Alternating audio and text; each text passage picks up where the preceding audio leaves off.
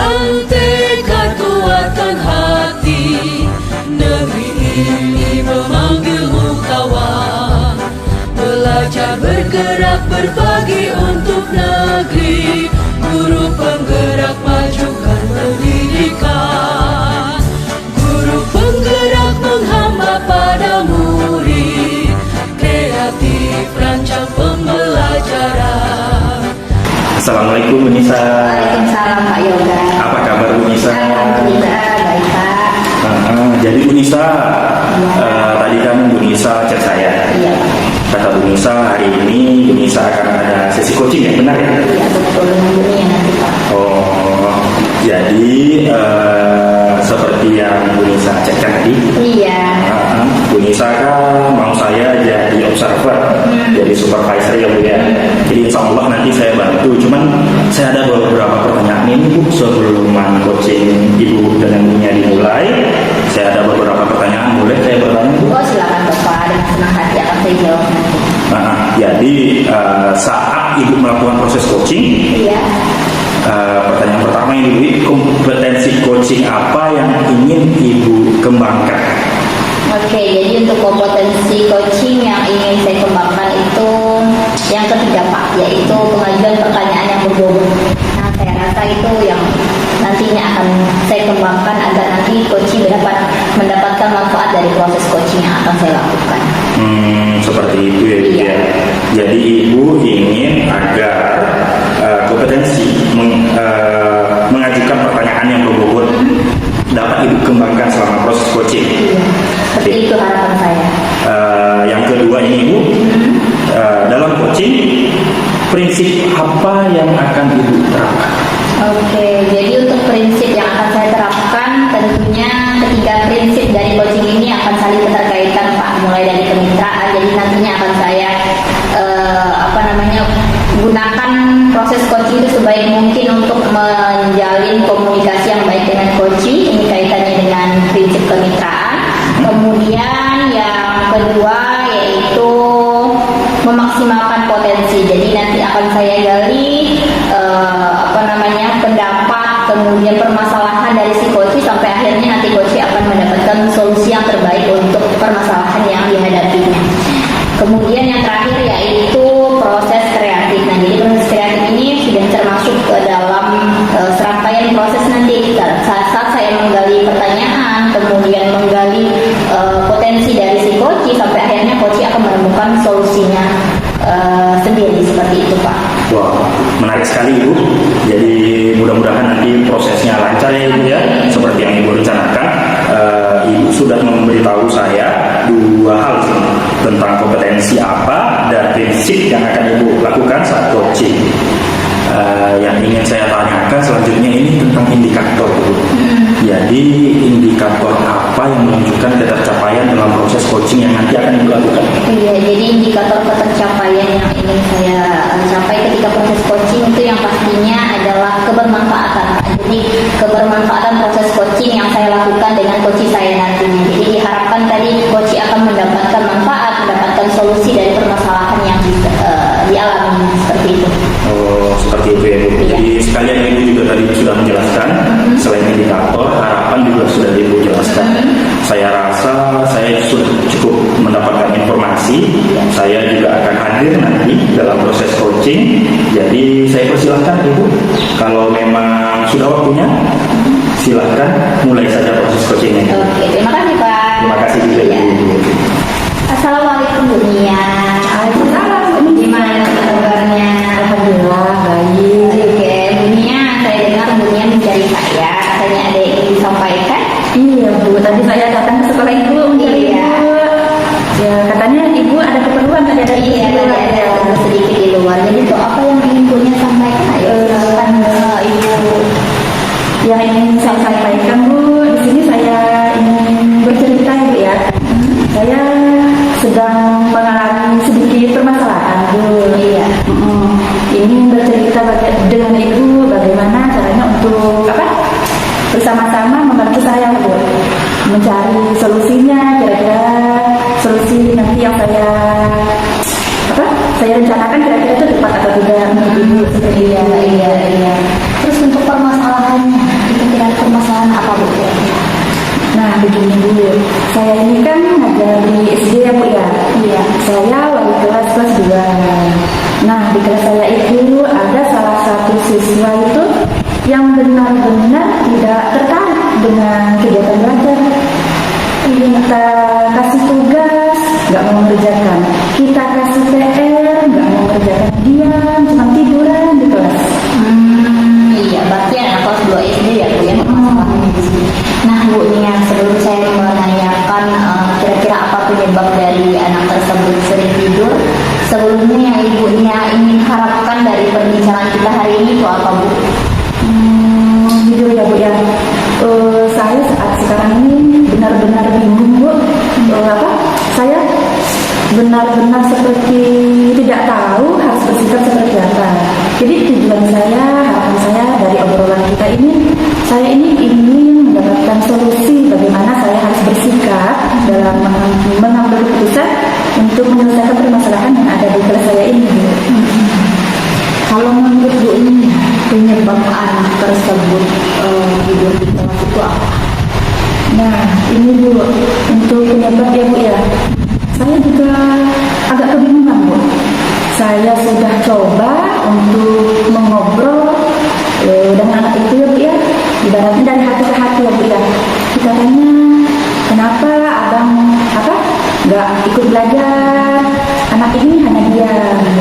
Terus kadang saya tanya lagi, kenapa nak? Kenapa ngantuk? Nggak mau jawab, cuman diam, tutup muka di meja nangis gitu. Anak kecil itu kan Bu, kalau kita ajak komunikasi tuh banyak diam dan nggak mau jawab, sering nangis. Jadi kita tuh bingung, apa karena cara penyampaian saya terlalu kasar sehingga kita tuh takut mau bertindak tuh takut gitu Bu. Tapi kalau mau dibiarkan ya Bu ya, ini Bu, dampaknya bukan hanya kepada dia Bu. Beberapa siswa di kelas saya juga gara-gara dia itu ya Bu ya, kan tidak mengikuti pelajarannya Bu ya. Beberapa temannya itu juga tidak ikut mengerjakan tugas Bu. Nah, ketika saya tegur, nah anak-anak cepat dikerjakan tugasnya, waktunya sedikit lagi. Ada anak yang kadang menjawab, Bu, sedangkan juga tidak mengerjakan tugas. Kenapa tidak dimarah? Seperti itu. Nah, kita di sini kan ya Bu, kalau mau marah secara langsung, rasanya itu kan kurang baik ya Bu ya. Kalau untuk pembinaan sudah berusaha ya Bu ya. Saya juga sudah berusaha mengambil solusi dengan berbicara, menemui orang tua. Itu menurut saya, tapi itu tanggapan dari orang tua seperti cuek Bu. Malah orang tua menjawab seperti ini, Bu, anak saya itu memang manja. Katanya, jangankan di sekolah, di rumah aja, disuruh ngapa-ngapain itu tidak mau katanya. Ya seperti itu anak saya Bu. Sepertinya itu seperti orang tua benar-benar melepas anaknya seperti begitu aja kepada sekolah Bu. Jadi itu saya bingung mau bagaimana Bu. Oke, jadi dari apa yang Bu Nia bicarakan tadi, berarti Bu Nia sudah sudah melakukan sedikit antisipasi ya Bu ya, untuk mengurangi kebiasaan anak tersebut. Salah satunya tadi dengan pembinaan, kemudian memanggil orang tuanya ke sekolah. Kemudian ada tidak langkah lain yang sudah Bu Nia terapkan, yang sudah Bu Nia laksanakan di sekolah agar anak tersebut tertarik untuk belajar seperti itu? Untuk langkah lainnya, saya sudah mencoba ya Bu ya. Kemarin juga saya menanya kepada peserta didik tersebut dan yang lainnya, saya menanya seperti ini, apakah cara saya menjelaskan ini terlalu cepat? Anak-anak menjawab sedang Bu. Terus, tapi kenapa dia masih tidak tertarik kan? Terus saya berusaha untuk melakukan SBK, mungkin dengan SBK, dengan bernyanyi, harapan saya akan memotivasi dia Bu. Sudah dilakukan juga dan hasilnya itu belum maksimal Bu, tidak seperti yang saya harapkan Bu. Nah, terus saya sekarang sedang berusaha lagi lah ya Bu ya. Saya mencari cara lagi untuk solusinya. Nah, di sini saya berencana mungkin saya akan menerapkan segitiga restitusi Bu. Mudah-mudahan dengan melakukan segitiga restitusi nanti dapat diketahui penyebabnya apa ya Bu ya. Kalau sudah diketahui kan bersama-sama lah juga bagaimana penyelesaiannya kan Bu. Setelah itu setelah segitiga resolusi saya juga mempunyai rencana nanti pada kegiatan pembelajaran itu saya akan melakukan mindfulness Bu. Jadi setiap mau memulai pembelajaran akan dicoba untuk menanyakan perasaan mereka dulu, terus melakukan kesadaran penuh. Mungkin dengan itu harapan saya mereka itu bisa fokus untuk mengikuti pembelajaran. Selain itu juga rencana saya mungkin saya akan, tadi kan saya sudah melakukan ice breaking dan bernyanyi ya. Mungkin ice breakingnya itu mereka bosan kali yang sudah itu aja. Mungkin saya akan belajar bagaimana melakukan ice breaking lebih menarik, terus mengajak mereka bermain sambil belajar, terus melakukan permainan yang berhubungan dengan pembelajaran mereka. Selain itu juga saya berencana untuk mengajak peserta didik untuk membuat kerajinan hasil karya mereka yang nantinya akan ditempel-tempel di kelas. Nah jujur ya Bu ya, di kelas saya ini kan bangunan baru Bu. Di dinding itu memang masih kosong Bu. Harapan saya yang mungkin dengan nantinya mereka disuruh membuat karya-karya lalu kita tempel, mudah-mudahan salah satunya ya tujuan utama saya untuk peserta didik bermasalah ini ya Bu ya, dengan hasil dia kita tempel, nantinya dia akan merasa senang. Dengan senangnya itu dia merasa percaya diri, terus dengan sudah timbulnya percaya diri, mudah-mudahan harapan saya dia jadi termotivasi Bu. Seperti itu. Luar biasa sekali penjelasan yang Bu Nia sampaikan.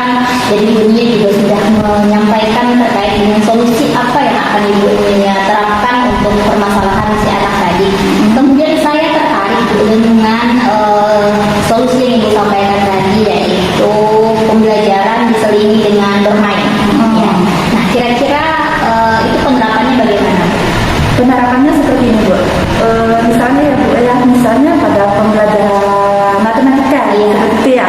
Kalau selama ini yang saya lakukan, misalnya kan 2 kali 6, mereka kan itu disuruh menghitung secara langsung, dan kadang mereka hanya menjawab pakai lisan atau siapa yang berani maju ke depan tulis. Mungkin saya akan melakukan misalnya 2 kali 6. Nah berapa untuk hasilnya? Berapa? Cepat cari temannya. Misalnya jumlahnya 6 ya. Mereka kan harus mencari temannya sebanyak 6 orang. Siapa yang cepat menemukan teman 6 orang? Nah itu akan ibaratnya kita kasih reward, ibaratnya dengan titik semangat. Mungkin untuk anak kelas rendah dengan hal seperti itu mereka akan senang Bu. Iya, menarik sekali.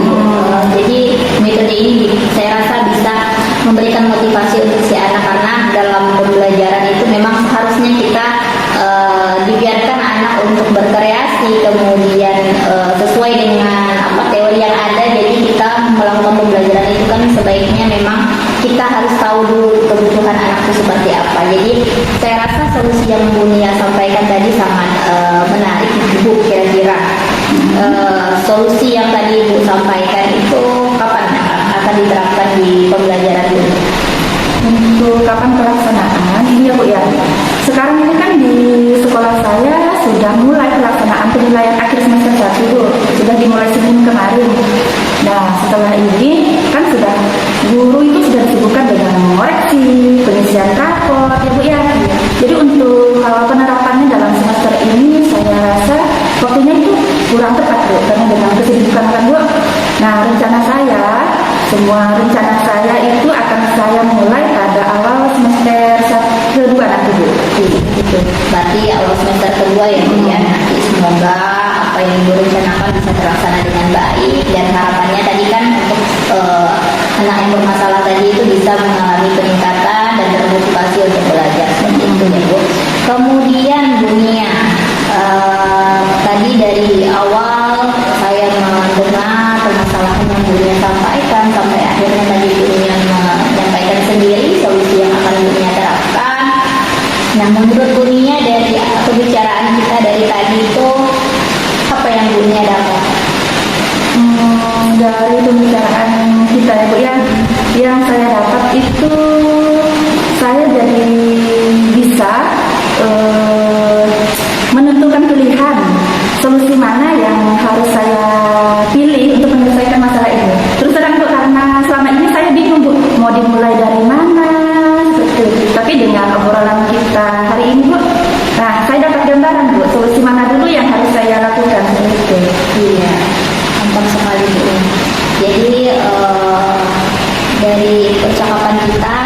ini. Tadi Bunia juga sudah menyampaikan apa yang didapat dari obrolan kita. Semoga apa yang kita bicarakan hari ini bisa bermanfaat untuk kita berdua, karena saya juga sebagai seorang pendidik ya Bu ya, saya juga belajar dari apa yang Bunia sampaikan tadi. Permasalahan yang Bunia sampaikan juga ada terjadi di sekolah saya, dan mungkin nanti dari solusi yang Bunia sampaikan bisa juga saya terapkan di sekolah saya. Baik, terima kasih Bunia sudah menyempatkan waktunya untuk berbincang dengan saya tadi, dan memberikan kesempatan saya untuk mendengarkan permasalahan dari Bunia. Ada lagi Bu yang ingin disampaikan? Sudah cukup Bu? Oke, alhamdulillah sudah cukup. Baik, sudah ya Bu ya. Kita akhiri saja perbincangan kita. Selamat siang. Selamat siang. Terima kasih Bu. Hai Nisa. Hai Pak Yoga. Jadi saya tuh sudah mengobservasi tadi, sudah hadir di sesi coaching Bu Nisa dengan Bu Nia. Baik sekali Bu Nisa menurut saya. Jadi Bu Nisa sudah mengikuti alur yang sudah Ibu rencanakan dengan baik sekali. Saya ada beberapa pertanyaan nih sebelum kita akhiri sesi coaching kita hari ini. Dan ini pertanyaan ini berhubungan dengan proses coaching yang tadi Ibu lakukan dengan ini. Pertanyaan pertama, apa yang sudah Ibu bisa lakukan terkait indikator pencapaian yang tadi sebelum proses coaching sudah kita bicarakan? Oke Pak, jadi kan tadi indikator pencapaian saya itu adalah diharapkan coach itu mendapatkan kebermanfaatan dari proses coaching, dan alhamdulillah sudah terlaksana, dan tadi sudah disampaikan oleh Bu Nia. Ternyata perbincangan kami, proses coaching kami tadi itu ternyata memberikan gambaran terhadap solusi dari gambaran terhadap masalah yang Bu Nia sampaikan. Jadi Bu Nia sudah mendapatkan solusinya seperti itu Pak, dan akan segera diterapkan solusinya. Iya, tadi lancar sekali kalau menurut saya. Dan kegiatan coaching juga sudah berjalan dengan alur tirta Ibu. Iya. Dan kalau dilihat tadi dari pernyataan Bu Nia, beliau sangat mendapatkan manfaat. Jadi beliau sudah tidak bingung lagi setelah proses coaching, karena beliau tahu apa tindakan yang akan beliau lanjutkan dan kapan beliau memulai. Baik Ibu, yang kedua ini Ibu, tadi kan Ibu menjelaskan bahwa dalam proses coaching Ibu ingin kompetensi memberikan pertanyaan yang berbobot akan coba Ibu terapkan. Iya. Sekarang yang ingin saya tanyakan, setelah melalui proses coaching dengan dunia, apakah ada kompetensi lain yang ingin Ibu kembangkan? Oke, jadi menarik sekali Pak. Jadi tadi awalnya yang ingin saya kembangkan itu adalah mengajukan pertanyaan yang berbobot ya Pak ya. Tapi saya merasa pertanyaan yang saya ajukan itu masih kurang menggali solusi dari coach, walaupun coachnya sudah merasa memiliki solusi seperti itu. Nah, selain untuk pengajuan pertanyaan yang berbobot, tadi ingin saya kembangkan, jadi kompetensi lain yang saya harapkan bisa berkembang dari diri saya itu adalah mendengarkan aktif Pak. Nah, jadi mendengarkan aktif ini kan sebagai salah satu bentuk kita mengamati dan memahami apa yang disampaikan oleh coach, sampai akhirnya nanti ketika kita sudah mendengarkan aktif, kemudian kita melakukan kehadiran penuh, presence, sampai akhirnya kita juga nantinya akan terpikirkan apa sih pertanyaan berikutnya yang akan kita sampaikan. Jadi memang sepertinya yang akan saya kembangkan kembali itu adalah, yang lebih akan saya kembangkan adalah mendengarkan aktif Pak, agar tadi kaitannya dengan pengajuan pertanyaan berbobot, jadi supaya saya lebih bisa menyampaikan pertanyaan yang berbobot lagi ketika proses coaching yang berikutnya. Baik, Bu. Jadi saya rasa rencana Ibu itu sudah bagus sekali ke depannya. Mudah-mudahan di proses coaching yang selanjutnya mungkin tidak dengan Bunia, dengan guru-guru yang lain, mungkin dengan saya juga bisa kompetensi-kompetensi yang ingin Ibu capai itu dapat meningkat lebih jauh lagi. Saya yakin itu pasti bisa tercapai, Ibu. Jadi saya ucapkan selamat kembali Ibu, selamat telah melakukan coaching dengan baik, dengan efektif, dengan efisien, super sekali Ibu. Iya, terima kasih Pak. Yo Ibu, saya pamit juga Ibu ya. Assalamualaikum Ibu. Waalaikumsalam, sukses Pak.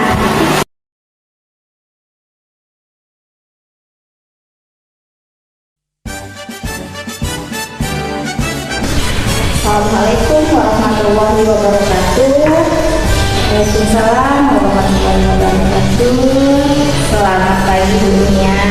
Selamat pagi kembali juga Ibu Nisa. Gimana kabarnya Bu? Alhamdulillah baik Bu. Alhamdulillah baik ya. Jadi Bu, pada kesempatan ini ada beberapa hal yang ingin saya diskusikan dengan Ibu sebelum nanti saya melakukan pengamatan dalam proses coaching yang akan Ibu lakukan. Jadi di sini yang ingin saya diskusikan salah satunya itu adalah mengenai rubrik penilaian yang akan saya amati pada saat nanti Ibu melaksanakan proses coaching. Jadi salah satu indikator penilaiannya itu adalah apakah proses coaching yang akan Bunia lakukan ini sudah sesuai dengan alur kita, seperti itu Bu. Kemudian ada beberapa yang ingin saya tanyakan juga ya Bu ya, sebelum nanti kita melakukan proses coaching, sebelum Ibu melakukan proses coaching. Yang pertama mengenai prinsip coaching Bu. Nah jadi di dalam coaching itu kan ada prinsip coaching. Nah kira-kira prinsip coaching yang ingin Bunia terapkan pada saat nanti Ibu menjadi coach itu apa? Begini Bu, pada saat saya menjadi coach nanti, prinsip yang ingin saya lakukan 3 hal ya Bu. Yang pertama adalah prinsip kemitraan, selanjutnya proses kreatif, dan yang berikutnya adalah memaksimalkan potensi. Iya, berarti ketiga prinsip ini akan Ibu terapkan ya. Kemudian kalau mengenai kompetensi Bu, jadi kompetensi coaching itu kan ada 3 kompetensi pentingnya ya. Ada 3 kompetensi coaching. Nah kira-kira dari ketiga ini yang ingin Ibu kembangkan itu yang mana? Kalau dari kompetensi coaching itu Bu ya, mungkin dari ketiganya itu mungkin saya lebih mengembangkan di kompetensi kesadaran penuh Bu. Iya, jadi fokusnya nanti ke kesadaran penuh ya Bu ya. Oke. Lalu yang terakhir Bu, ini mengenai indikator ketercapaian tujuan dari pengembangan yang Ibu inginkan. Kira-kira indikator yang pencapaian dan tujuan pengembangan yang bagaimana yang ingin Ibu capai? Indikator ketercapaian yang ingin saya capai ya Bu ya, nanti itu pada proses coaching, si coach itu dapat melaksanakan seluruh tirta alurnya itu Bu dengan baik. Setelah itu saya juga mempunyai indikator bahwa nantinya pertanyaan yang diajukan itu dapat menggali permasalahan dan juga coachingnya itu bisa menggali solusi dari coachingnya. Iya, berarti indikator ketercapaian salah satunya itu nanti Ibu sebagai coach itu dapat menggali permasalahan dan juga solusi dari si coach itu ya Bu ya. Oke, baik. Saya rasa itu saja Bu yang dapat kita diskusikan pada hari ini. Semoga nanti proses coaching yang Bunia lakukan itu berjalan dengan lancar ya Bu ya. Terima kasih juga Bu Nia sudah menyempatkan waktunya untuk kita diskusi. Saya cukupkan saja percakapan kita, diskusi kita hari ini. Assalamualaikum warahmatullahi wabarakatuh. Waalaikumsalam warahmatullahi wabarakatuh. Assalamualaikum Pak Yoga. Waalaikumsalam Bu Nia. Bagaimana kabarnya hari ini Pak? Alhamdulillah Bu Nia. Udah berapa hari kok saya cari Bu Nia. Bu Nia apa kabar? Alhamdulillah dan juga Bapak cari saya ya? Iya kebetulan. Iya kemarin saya itu banyak kegiatan Pak. Jadi maaf ya Pak ya. Iya soalnya saya ada beberapa masalah ini yang mau saya bicarakan dunia. Jadi mudah-mudahan dalam pembicaraan kita kali ini saya bisa tercerahkan Ibu. Wah, jadi kepo saya Pak, ada permasalahan apa ini Pak? Serius?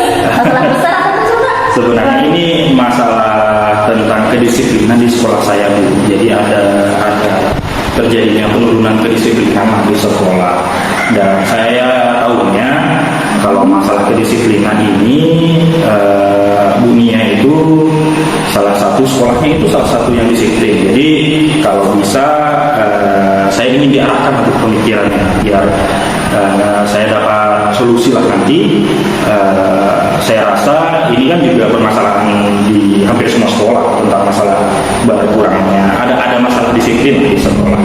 Karena kalau di sekolah saya itu, jadi sekalian langsung saya cerita aja ke dia. Iya silakan.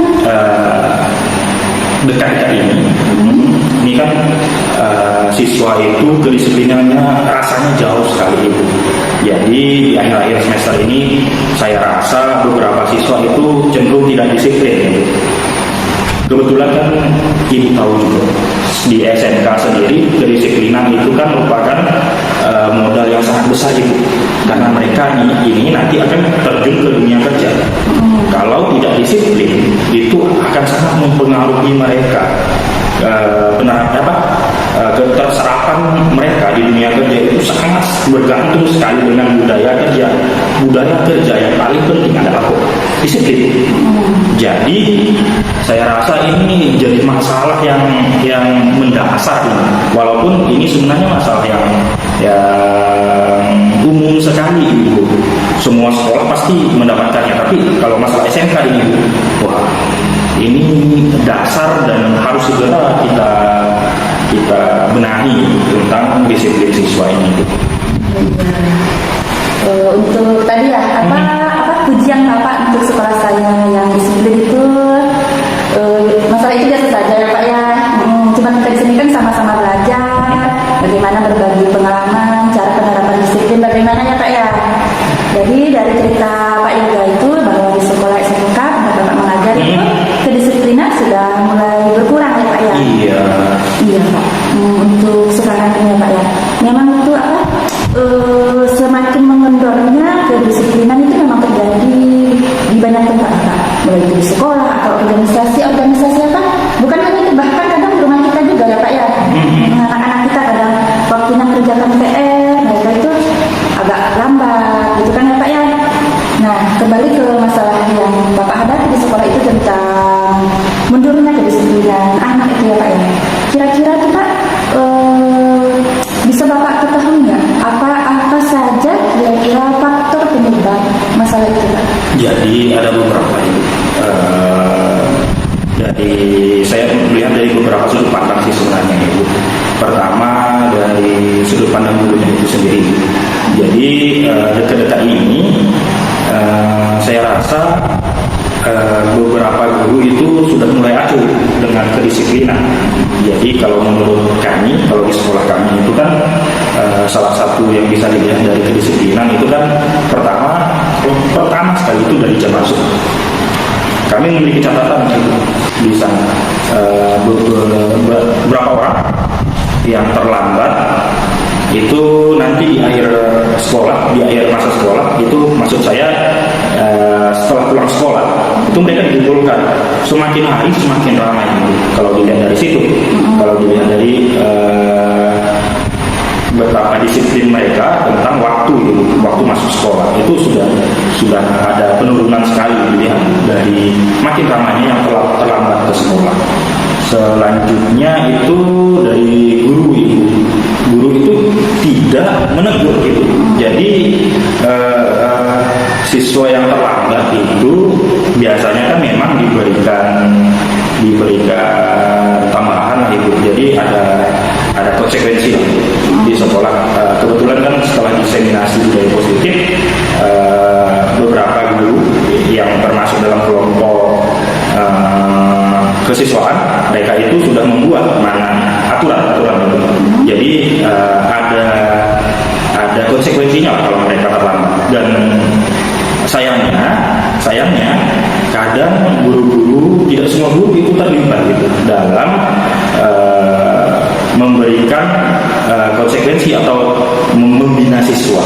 Jadi siswa yang terlambat itu ya sudah langsung diperbolehkan masuk tanpa diberikan masukan kenapa tidak boleh terlambat, atau ditanya kenapa sebenarnya terlambat. Itu kan perlu itu, karena kita juga harus mengetahui alasan siswa itu pasti ada karena mereka terlambat. Jadi kurang di situ. Jadi konsekuensinya lebih masuk ke hukuman karena tidak kita dalami. Selanjutnya bisa dilihat juga dari kerapian, karena kalau mau jadi pekerja, kerapian itu juga termasuk dalam disiplin kalau di SMK itu. Karena kerapian ini kita bisa lihat saja di dunia kerja itu nggak ada yang nggak rapi. Nah, siswa banyak yang mengeluarkan baju atau menggunakan make up yang tidak sesuai itu, padahal sudah ada harinya mereka belajar. Kan kami juga ada pelajaran pilihan ya. Jadi belajar juga tentang riasan, khususnya untuk salah satu jurusan itu perkantoran sudah mulai. Jadi bisa mengundang tamu dan lain-lain, tapi kebablasan ya. Jadi mereka itu kadang ada yang pakai makeup ke sekolah yang tidak cocok untuk siswa, dan ada juga yang terserah mereka mengeluarkan baju, dan itu masalah yang sebelumnya itu gurunya cuek dan ditegur. Jadi terkesan kalau tidak ditegur kan dibiarkan. Kalau dibiarkan yang awalnya kedisiplinannya mungkin ditanyai, tapi melihat teman-teman yang di bawah itu tidak diapa-apakan, itu hukum itu. Yang di atas ini yang protes, kok dibiarkan. Nah gitu. Jadi di siswa sendiri terjadi pergolakan ini. Jadi mereka seperti ngadunya dengan guru yang masih peduli. Guru yang masih peduli susah juga gitu, karena harus ngomong juga dengan guru yang lain, mohon ditegur. Kolaborasi antar guru untuk menegur tentang disiplin siswa masih kurang juga gitu. Jadi ada beberapa hal yang menyebabkan disiplin siswa ini menurun belakangan. Jadi dari penjelasan Bapak tadi ya, dapat kita ketahui mungkin menurut Bapak itu faktor penyebabnya mungkin pertama kesadaran anak itu ya. Iya. Terus kurangnya pendekatan antara guru dan anak. Selain itu juga konsistensi terhadap komitmen itu Iya, benar sekali. Belum terjaga. Terus kerjasama antar guru. Iya. Bagaimana ketegasan juga ya Pak ya. Iya. Nah dari faktor penyebab yang sudah Bapak ketahui ya Pak ya, kira-kira solusi apa yang dapat Bapak tawarkan untuk menyelesaikan permasalahan yang ada di sekolah Bapak ini? Kebetulan kan bukan saya sendiri yang concern tentang masalah ini, yang peduli tentang masalah ini. Jadi kebetulan ada teman, syukurnya ada teman masih yang peduli juga tentang hal ini, dan kami juga sudah berbincang, sudah diskusi. Memang solusinya itu mungkin tidak cuma satu, tapi solusi yang paling awal yang harus kami lakukan adalah meminta teman-teman guru, rekan-rekan guru yang lain itu konsisten. Jadi mereka itu diingatkan kembali tugas kita sebagai guru itu apa. Salah satunya kan mendisiplinkan siswa. Jadi saya rasa kolaborasi ini yang paling penting. Siapa daya dukung apa yang saya butuhkan? Mungkin dari pimpinan ini, kepala sekolah, wakil kesiswaan, itu tidak tinggal diam melihat hal ini. Jadi ini yang pertama yang harus dilakukan. Yang kedua mungkin dengan siswa. Yang saya pikir ini ada beberapa hal yang ingin saya tiru mungkin dari beberapa sekolah yang berhasil menerapkan ini. Tapi memang harus kompak dulu bersama gurunya ya, seperti yang saya bilang tadi. Yang kedua itu siswa itu dibuatkan tim. Jadi ada tim untuk menjaga ketertiban. Nanti mungkin dibuatkan sistemnya bagaimana. Kalau tidak dibuatkan sistem maka nanti kelahi. pernah dulu dibutuhkan, nanti malah jadinya siswa ini yang bikin, yang menjaga ketertiban ini, yang menegur siswa yang lain ini dijadikan dijadikan objek bulian, objek apa, karena mereka jadi memberikan cepulah kalau bahasa sekarang itu dengan gurunya kalau mereka tidak disiplin gitu. Tapi itu bagus, tapi tinggal nanti bagaimana caranya memanage. Sudah dilakukan itu di beberapa sekolah, kalau tidak salah saya di SMK 1 Pelangka, SMK Selakau juga itu sudah dilakukan. Jadi siswa juga dilibatkan. Yang terakhir itu mungkin karena kita zaman IT ya sekarang itu kan, saya rasa harus punya database itu. Jadi database-nya apa, dibuatkan sistem merit. Sistem merit ini di sini maksudnya setiap siswa itu mungkin diberikan 100 poin awal. Jadi kalau mereka melakukan kesalahan, mereka langsung poinnya minus berdasarkan kesalahannya. Kalau kesalahannya ringan, minusnya 1. Kalau kesalahannya sedang, minusnya 2. Kalau kesalahannya berat, mungkin minusnya bisa 5, bisa 10, tergantung kesalahan. Yang perlu kita lakukan selanjutnya, menurut saya adalah memetakan kesalahan. Nanti ini dibuatkan sistem. Semua guru ini bisa memberikan nilai. Dari situ juga nanti ketahuan siapa guru yang sering memberikan nilai, siapa guru yang tidak peduli. Nanti itu bisa dibimbing oleh kepala sekolah dan oleh bakal kesiswaan, atau ya pokoknya wakil-wakil kepala sekolah yang ada di manajerial sekolah lalu dibimbing. Saya rasa itu bisa jadi solusi yang bagus dan update. Itu yang saya pikirkan solusi. Wah, luar biasa solusi yang Bapak sampaikan ya. Jadi dari solusi yang Bapak sampaikan ini tujuannya bukan hanya mendisiplinkan anak, tetapi seluruh warga yang ada di sekolah ya Pak ya. Dan Bapak juga sudah menjelaskan strategi-strateginya. Selain menjelaskan strateginya, Bapak juga ibaratnya sudah melakukan seperti studi banding ya Pak ya. Sudah dilihat bagaimana di sekolah lain, strategi ini berhasil atau tidak sudah dilihat seperti lebih dahulu ya Pak ya.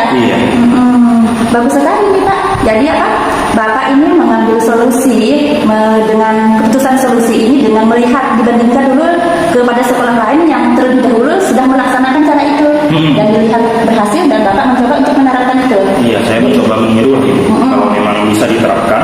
Yang penting kita komitmen sama-sama. Iya. Terus dengan strategi yang Bapak jelaskan juga tadi, seperti apa itu yang penggunaan nilai-nilai itu Pak? Ya itu juga sangat setuju saya Pak. Sangat bagus sekali Pak. Luar biasa ya Pak. Bisa juga jadi masukan untuk saya Pak di sekolah saya.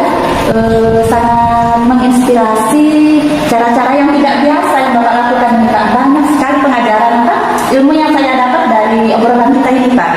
Terus dari solusi-solusi yang sudah Bapak tawarkan itu ya Pak ya, boleh saya tahu Pak, rencananya kapan pelaksanaan ini akan Bapak mulai Pak? Kalau menurut saya ini Ibu, karena kita kan sekarang sedang di akhir semester pertama, semester ganjil ini Bu ya. Saya rasa koordinasi dengan seluruh guru meminta komitmennya mungkin bisa dilakukan semester ini sebelum semester ini berakhir. Jadi kita bisa berkomitmen mulai kita lakukan lebih memperhatikan siswa lagi, diberikan juga masukan untuk siswa itu bisa di awal semester. Tapi untuk aplikasi itu sendiri, saya rasa itu perlu pengembangan lebih lanjut. Mungkin nanti karena kebetulan di sekolah kami juga tim IT-nya ada, dibicarakan terlebih dahulu apakah bisa membuat seperti itu. Jadi guru itu seperti supervisor, jadi diberikan akses semua guru dan siswa juga masuk dalam penilaian itu.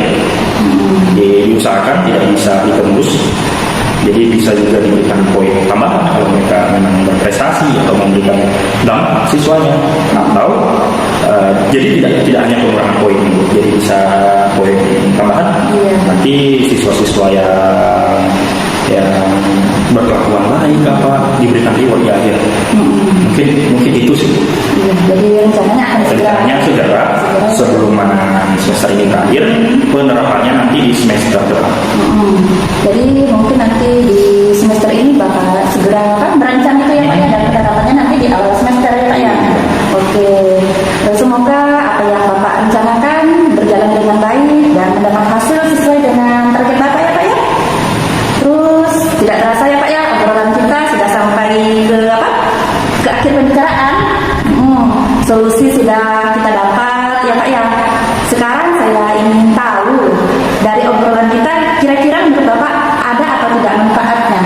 Kalau ada misalnya, atau kalau tidak ada, tolong disampaikan Pak. Kira-kira hal apa yang Bapak dapat dari obrolan kita kali ini Pak? Saya sebenarnya Ibu merasa obrolan ini sangat bermanfaat sekali. Pertama, saya terbuka pikiran saya. Jadi saya dapat insight baru tentang penilaian itu. Saya rasa tadi sebelum Anda datang sini mungkin pengurangan terus. Ternyata pas ngobrol sama Ibu bisa juga ternyata ditambah. Kalau mereka memang punya sesuatu, mereka jujur, mereka apa, mungkin bisa jadi penengah kalau kekerasan terjadi. Jadi bisa diberikan poin-poin tambahan untuk siswa-siswa yang memang peduli tentang kedisiplinan, tentang kerapian. Itu mereka bisa diberikan poin tambahan. Saya tidak terpikir itu sebelumnya. Jadi dengan pembicaraan tadi muncul insight baru. Dan pembicaraan ini juga sangat bermanfaat. Jadi saya tahu, terbuka pikiran saya, karena dengan tenggat waktu sekarang apa yang saya harus lakukan di awal itu terbuka pemikiran saya. Jadi menurut saya ini sangat bermanfaat sekali. Terima kasih banyak. Iya, jadi apa? Saya juga tertarik ya Pak ya. Jadi di sini kalau tadi tidak ada penambahan poin ya Pak ya, sesuai itu ibaratnya udah kita atur maksimal mereka di sini. Mereka itu tidak bisa berkembang, tidak bisa mengeksplor diri mereka ya Pak ya. Tapi dengan adanya penambahan nilai itu mereka akan lebih termotivasi kan Pak ya. Iya. Jadi apa? Mereka itu akan mengeksplor hal-hal baik yang ada pada dirinya. Iya benar. Bagus sekali Pak. Apa yang sudah Bapak rencanakan, saya rasa obrolan kita sudah cukup ya Pak ya. Cukup sekali. Terima kasih banyak Ibu Ya, terima kasih. sudah membimbing saya dalam pemikiran saya. Jadi masalah saya yang ada sudah solusinya jelas, sarannya jelas. Jadi setelah ini saya rasa saya bisa langsung bertindak agar kedisiplinan itu tidak semakin merusak di sekolah saya. Terima kasih banyak Ya, Ibu. sama-sama ya. Alhamdulillah ya Pak ya. Ayo, Bu. Assalamualaikum. Salam. Baik, selamat pagi dunia. Selamat pagi kembali. Iya, ketemu lagi kita Bu. Ini kita diskusikan terkait dengan hasil dari coaching yang sudah dunia lakukan. Jadi ada beberapa hal yang ingin saya sampaikan berdasarkan hasil observasi yang saya lakukan selama proses coaching yang dunia lakukan terhadap coaching. Jadi berdasarkan observasi secara keseluruhan ya Bu ya, dari mulai alur delta yang pertama yaitu tujuan. Jadi menurut saya berdasarkan pengamatan saya, sejak semua alur dari delta itu sudah terlaksana dengan baik, kemudian sampai akhirnya coach mendapatkan pencerahan mengenai solusi yang dapat coach lakukan pada permasalahan yang coach alami. Kemudian di sini Bu ada beberapa pertanyaan lagi yang ingin saya tanyakan kepada dunia, yaitu mengenai indikator pencapaian. Nah, apa menurut dunia yang sudah dunia lakukan terkait indikator pencapaian yang diinginkan? Indikator pencapaian yang saya inginkan pertama tadi saya indikator agar kegiatan coaching itu berjalan dengan baik, dan alhamdulillah Bu, kegiatan coaching itu benar-benar berjalan dengan baik. Terus alur delta yang saya harapkan juga terlaksana semuanya Bu, dan dalam kegiatan coaching itu juga saya bisa menuntun coaching untuk dapat menemukan solusi dari permasalahan tersebut. Berarti dunia sudah merasa proses coaching yang dunia lakukan sudah maksimal ya Bu ya. Saya mengerti juga seperti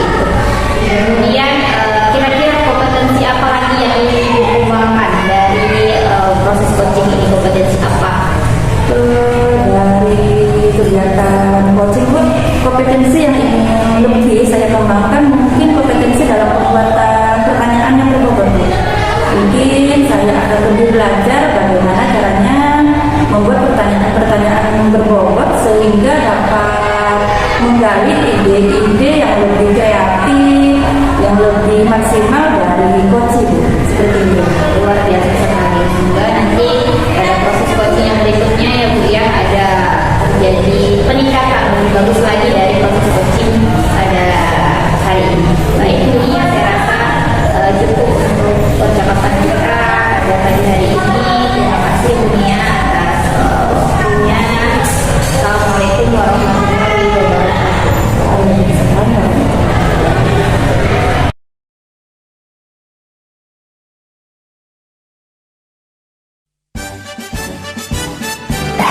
Assalamualaikum warahmatullahi wabarakatuh. Waalaikumsalam. Bagaimana kabarnya hari ini Pak Yoga? Alhamdulillah, Bunia sendiri bagaimana kabarnya? Alhamdulillah baik Pak. Nah hari ini Pak Yoga akan melakukan coaching ya? Benar, Bu. Nah begini ya Pak Yoga ya. Nanti pada kegiatan coaching yang dilakukan oleh Pak Yoga, saya akan melakukan pengamatan ya Pak ya. Siap. Pada pengamatan itu nanti saya akan mengadakan beberapa penilaian. Sebelum kegiatan kita mulai, pertama kita akan mendiskusikan lebih penilaian yang akan saya amati selama proses coaching. Baik. Nah, ya, saya akan menilai apakah proses coaching yang Pak Yoga lakukan itu sesuai atau tidak dengan alur cerita. Siap. Ya, selanjutnya saya juga akan mengajukan beberapa pertanyaan kepada Pak Yoga. Pertanyaan pertama, boleh langsung dijawab ya Pak ya? Siap, Bu. Dalam kegiatan coaching nanti, kira-kira prinsip coaching apa yang akan Bapak terapkan Pak? Jadi dalam melakukan coaching nanti, Pak, maaf Ibu, Iya. ada beberapa prinsip sih yang akan saya terapkan. Jadi yang pertama itu kemitraan dengan coaching Ibu. Selanjutnya saya juga ingin memaksimalkan potensi yang ada dari coaching tersebut Ibu. Jadi potensinya dapat keluar, dan saat coaching juga saya berharap bahwa nanti timbul proses kreatif. Jadi solusinya itu dari coaching itu sendiri nanti. Itulah prinsip yang ingin saya capai, ingin saya dapatkan saat melakukan proses coaching. Oke Pak Yoga, berarti Pak Yoga itu berencana untuk melakukan tiga prinsip coaching ya Pak ya? Mudah-mudahan tercapai nanti saat proses coaching. Iya, mudah-mudahan tercapai ya Pak ya. Kita lanjut untuk pertanyaan nomor 2. Nah, untuk pertanyaan nomor 2 di sini Pak, pertanyaannya adalah pada proses coaching nanti, kompetensi coaching apa yang ingin Bapak kembangkan Pak? Jadi untuk yang tersebut Ibu, jadi ada kemungkinan 3 Ibu. Jadi mudahan nanti pertanyaan-pertanyaan yang saya keluarkan itu merupakan pertanyaan yang berbobot Ibu. Selanjutnya juga saya ingin dapat mendengarkan aktif dan menerapkan kesadaran penuh Ibu. Oke, berarti ketiga kompetensi coaching itu akan Bapak laksanakan ya Pak ya? Mudah-mudahan dapat juga terlaksana Ibu tiga-tiganya agar proses coaching berlangsung maksimal. Oke, seperti itu. Apa bisa Bapak sampaikan kalau boleh saya tahu itu secara lebih spesifiknya lagi ya Pak ya? Di antara 3 kompetensi tersebut, kompetensi yang mana yang ingin lebih Bapak kembangkan Pak? Kalau saya sendiri Ibu sebagai coach nanti, saya rasa kemampuan untuk mendengarkan secara aktif akan merupakan sesuatu yang ingin saya tonjolkan atau saya fokuskan nanti Ibu, karena sebagai coach hal itu menurut saya merupakan yang terpenting, mendengarkan aktif. Oke, jadi kompetensi yang ingin lebih Bapak kembangkan adalah kompetensi mendengarkan aktif ya Pak ya? Iya. Oke, pertanyaan kedua sudah, saya lanjut pertanyaan yang ketiga ya Pak ya. Nah, Pak, untuk pertanyaan ketiga, pertanyaannya adalah indikator yang ingin Bapak capai dalam kegiatan coaching nanti apa Pak? Jadi ada timbul solusi dari coach itu sendiri. Itu merupakan salah satu indikator yang ingin saya capai. Jadi ada solusi, ada merasakan manfaat dari proses coaching itu. Oke, berarti indikator ketercapaian Bapak adalah ditemukannya solusi dari permasalahan yang dihadapi oleh coaching, Ya. dan solusi itu ditemukan oleh coaching sendiri ya Pak ya? Iya. Oke, saya lanjut pertanyaan yang keempat ya Pak ya. Nah, setelah Bapak melaksanakan proses coaching nanti, ya kira-kira harapan apa yang Bapak harapkan pada proses coaching nanti Pak? Jadi selama proses coaching nanti Ibu, saya berharap bahwa proses tersebut dapat bermanfaat. Jadi bermanfaat untuk coaching itu sendiri dan bermanfaat juga untuk saya sebagai seorang coach Ibu. Oke, berarti harapan Bapak bermanfaat untuk coachingnya dan bermanfaat juga untuk coachingnya. Ya, coachnya ya Bapak sendiri itu ya. Oke, semua pertanyaan sudah saya sampaikan, sudah juga Bapak jawab ya Pak ya. Pertanyaannya sudah selesai. Jadi sekarang Bapak sudah bisa memulai untuk melakukan coaching Pak. Terima kasih Ibu. Sekian ya Pak ya. Terima kasih banyak Ibu atas sambutannya. Ya, semangat ya Pak. Terima kasih Ibu. Sama, assalamualaikum. Waalaikumsalam warahmatullahi wabarakatuh. Bu Nisa, assalamualaikum. Waalaikumsalam Pak Yoga. Bu Nisa, apa kabar? Alhamdulillah Bapak baik. Bapak bagaimana? Alhamdulillah. Bu Nisa, kebetulan saya dengar dari beberapa rekan guru kita, Bu Nisa ingin bertemu dengan saya. Ada permasalahan apa Bu Nisa? Iya Pak, jadi beberapa hari yang lalu saya mencari Bapak Pak. Jadi ada yang ingin saya sampaikan terkait dengan siswa kita. Ada apa sih Bu Nisa? Jadi saya rasa ini permasalahannya udah lumayan lama ya Pak ya. Sudah sejak 1 tahun yang lalu. Harapan saya anak ini mendapatkan perubahan ketika naik ke kelas 12. Ternyata tidak Pak. Jadi begini Pak, ada 2 orang anak nih Pak. 2 orang anak di kelas 12, sudah kelas 12. Jadi 2 anak ini sering sekali tidur Pak pada saat jam pelajaran. Bukan hanya jam pelajaran saya, ternyata guru-guru lain juga seperti itu mengalami hal yang sama. Jadi hampir di semua jam pelajaran, di semua mata pelajaran. Tidurnya itu kalau misalnya tidur pada jam siang itu kan wajar ya Pak ya, kita pulangnya sore, jadi siang hari itu memang ngantuk kan anak-anak. Tapi di sini pada saat jam pelajaran pagi, pada saat jam awal itu mereka anak ini tuh tidur seperti itu. Jadi lumayan kesal saya dan itu mengganggu sekali proses pembelajaran karena ketika masuk di kelas itu jadinya saya lebih banyak mengomentari atau memberikan nasihat kepada anak tersebut. Akhirnya nanti tujuan pembelajaran itu ada yang tidak tercapai karena kedua anak itu Pak. Akhirnya karena kerjanya tidur di dalam kelas, otomatis hasil belajarnya juga tidak memuaskan dan sepertinya kurang motivasi untuk belajar Pak seperti itu.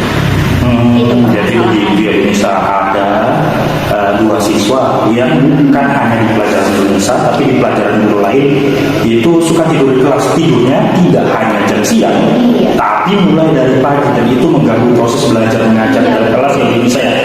Oke, sekarang Indonesia saya ingin bertanya, harapan yang ingin Indonesia capai dari pembicaraan kita hari ini apa Indonesia? Jadi Pak, harapan saya dari percakapan kita hari ini saya mendapatkan pencerahan mengenai solusi dari untuk kedua anak tersebut sehingga nantinya setelah kita melakukan percakapan ini mungkin nanti saya bisa menerapkan pembelajarannya seperti apa yang diinginkan oleh anak tersebut Bapak. Seperti itu yang bisa ya. Jadi tujuan dari percakapan kita hari ini sudah bisa utarakan. Sekarang mari kita coba udah perlahan-lahan yang bisa ya. Tadi kan Indonesia sudah panjang lebar sekali itu menceritakan tentang apa yang Indonesia alami di sekolah. Yang ingin saya tanyakan ini, menurut Indonesia faktor penyebabnya itu kira-kira apa? Iya Pak, jadi kalau menurut saya Pak ya, kebetulan saya juga pernah menjadi wali kelasnya ketika di kelas 11, makanya saya merasa sedikit kecewa dengan kedua anak ini, terutama salah satu di antaranya itu karena sudah saya usahakan agar anak tersebut naik di kelas 12, oh ternyata di kelas 12 tidak ada perubahan dari sikapnya, bahkan sampai ke kedisiplinannya itu ketika mengerjakan tugas dari guru-guru, akhirnya nilainya menjadi ya tadi tidak ada perubahan.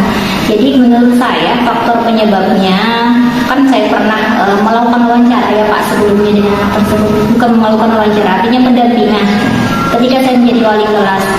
Faktor yang pertama itu karena si anak itu sering bergadang sehingga menyebabkan anak ini insomnia Bapak, susah tidur. Akhirnya untuk mengisi waktu yang tidak tidur tadi itu anaknya bermain game ya, jadi bisa saja anak ini kecanduan game, akhirnya tidak bisa mengontrol pola tidurnya seperti itu. Kemudian yang kedua itu bisa saja karena faktor pergaulan Pak.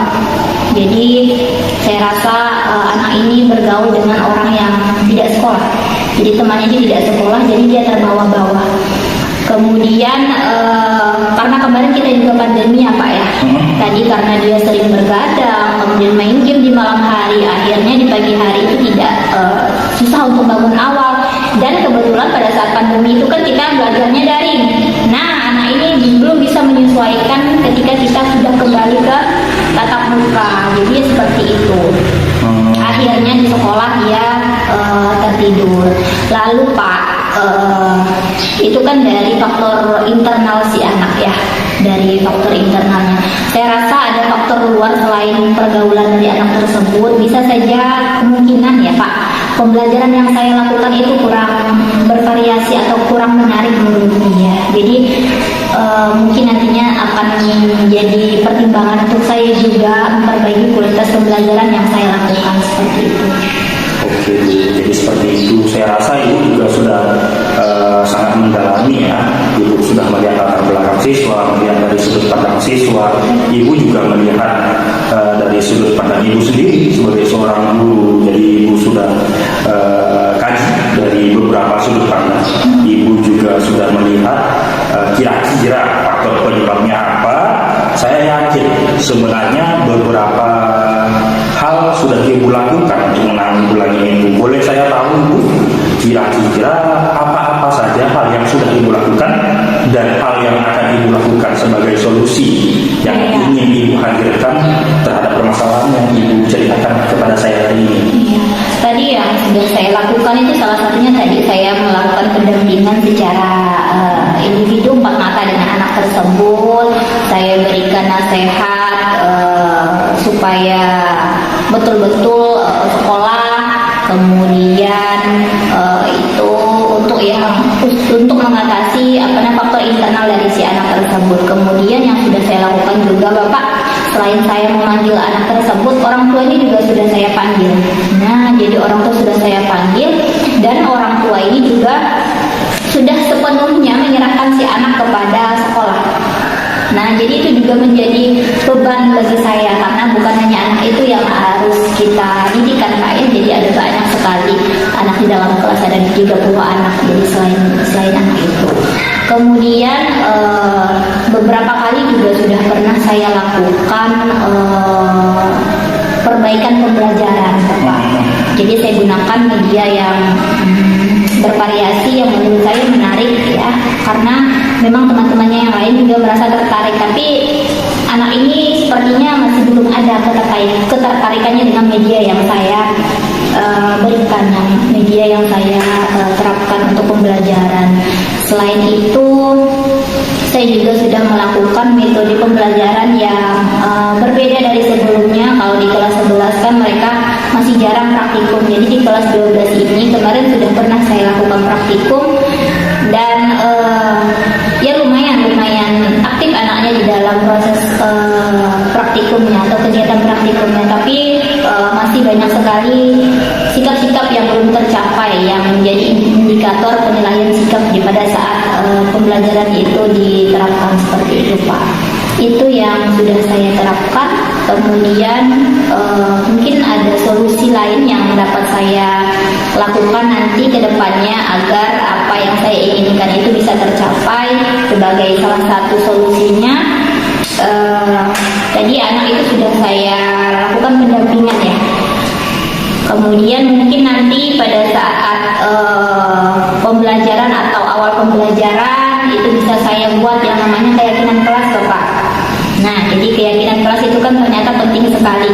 Agar apa? Agar murid atau anak itu bisa bisa mengetahui apa sih tugasnya sebagai seorang murid ketika dia berada di dalam kelas, kemudian sikap-sikap apa yang harus mereka terapkan pada saat melakukan proses pembelajaran dalam kelas. Jadi keyakinan itu penting, itu mungkin nanti akan menjadi solusi bagi proses pembelajaran saya ke depannya. Selain itu Pak, karena tadi dia juga sering tidur di siang hari, mungkin nanti saya bisa menerapkan ice breaking. Nah, supaya anak-anak tidak terlalu tegang, jadi bisa lebih santai seperti itu. Lalu mungkin saya bisa lebih sering melakukan pembelajaran di luar kelas seperti itu, karena secara keseluruhan itu pembelajaran itu saya lakukan di dalam kelas. Jadi bisa saja nanti saya melakukan pembelajaran di luar kelas, bisa praktikumnya di luar kelas. Jadi anak akan melihat secara langsung permasalahan di kehidupan nyatanya atau di lingkungannya seperti itu. Jadi permasalahan yang saya ajukan itu lebih kontekstual. Agar apa? Agar mungkin anak itu nanti bisa lebih mandiri, kemudian bisa lebih bertanggung jawab dengan apa nanti yang harus mereka selesaikan, dan bisa berkolaborasi dengan teman-temannya. Jadi dia tidak pasif tiduran di dalam kelas. Jadi dengan cara itu mungkin nanti bisa membuat dia lebih aktif seperti itu. Jadi di sini Ibu tadi sudah menjelaskan secara panjang lebar sekali dua sisi. Pertama kan tadi pendekatan. Setelah pendekatan apa, Ibu juga sudah memberitahukan ke dalam sesi ini apa yang selanjutnya Ibu lakukan, ingin Ibu lakukan. Ibu juga sudah memberitahukan dari sisi pengajaran tadi apa yang ingin Ibu rubah selanjutnya. Sekarang Ibu yang ingin saya tanyakan, Ibu sudah ada menerapkan beberapa strategi ini. Ibu sudah ingin menerapkan beberapa solusi yang tadi Ibu sudah kemukakan sendiri. Selanjutnya strategi Ibu agar ini berhasil ini bagaimana, Ibu? Oke, jadi strategi yang dapat saya lakukan agar solusi yang saya sampaikan tadi berhasil, itu salah satunya tadi memang harus disampaikan kepada anak-anak terlebih dahulu. Mungkin saya bisa melakukan tes diagnostik terlebih dahulu Bapak, supaya saya tahu kebutuhan anak itu seperti apa. Salah satunya dengan terkait gaya belajar anak-anak, sehingga nanti pada saat saya menerapkan model pembelajaran itu sesuai memang dengan kebutuhan anak. Jadi pembelajaran yang saya terapkan itu menjadi pembelajaran yang bermakna, dan harapannya tadi ada peningkatan karakter dari siswa, dari murid. Ibu, jadi menurut saya itu sudah baik sekali yang ingin Ibu terapkan. Jadi Ibu ingin mengetahui dulu kebutuhan anak, mungkin dari gaya belajarnya tadi kata Ibu. Karena kalau dari apa yang Ibu jelaskan tadi itu Ibu, sepertinya ada perubahan kan Ibu kan, dari gaya belajar Ibu ajak mereka keluar, dia juga bisa berperan aktif. Jadi saya sangat setuju sekali, saya sangat apresiasi sekali Ibu sudah ingin berubah. Karena perubahan itu memang harus kita mulai dari diri sendiri. Jadi berdampak nanti ke siswanya Ibu. Saya rasa itu bagus sekali Ibu. Jadi coba saja kerjakan nanti. Cuman yang ingin saya tahu ini tentang waktu, kapan atau target dari rencana Ibu ini bagaimana, atau Ibu punya perencanaan tentang waktunya itu bagaimana, boleh saya tahu Ibu? Iya, jadi untuk penerapan solusi ini atau strategi yang ingin saya lakukan, sebisa mungkin secepatnya Bapak. Jadi kemungkinan minggu depan akan langsung saya praktekkan, dan pas sekali dengan bab yang sedang berjalan. Jadi insya Allah ya minggu depan akan saya terapkan. Jadi nanti akan saya lakukan metode praktikum atau eksperimen. Ya, anak akan melakukan pengamatan secara langsung terkait pertumbuhan dan perkembangan pada tanaman. Seperti itu Pak. Oke, jadi alhamdulillah sekali Ibu, saya rasa sudah jelas ini apa yang ingin Ibu lakukan. Selanjutnya kita juga sudah memiliki strategi yang ingin Ibu lakukan yang keluar dari dari solusi tadi bagaimana ibu ingin melakukan solusi yang telah ibu lakukan, kita juga sudah dapat nih ibu tentang target waktu dengan waktu yang menurut ibu akan ibu lakukan secepat mungkin, karena itu ada materi yang nanti akan ibu ajarkan dan kebetulan sekali materinya minggu depan ini kan ibu kan.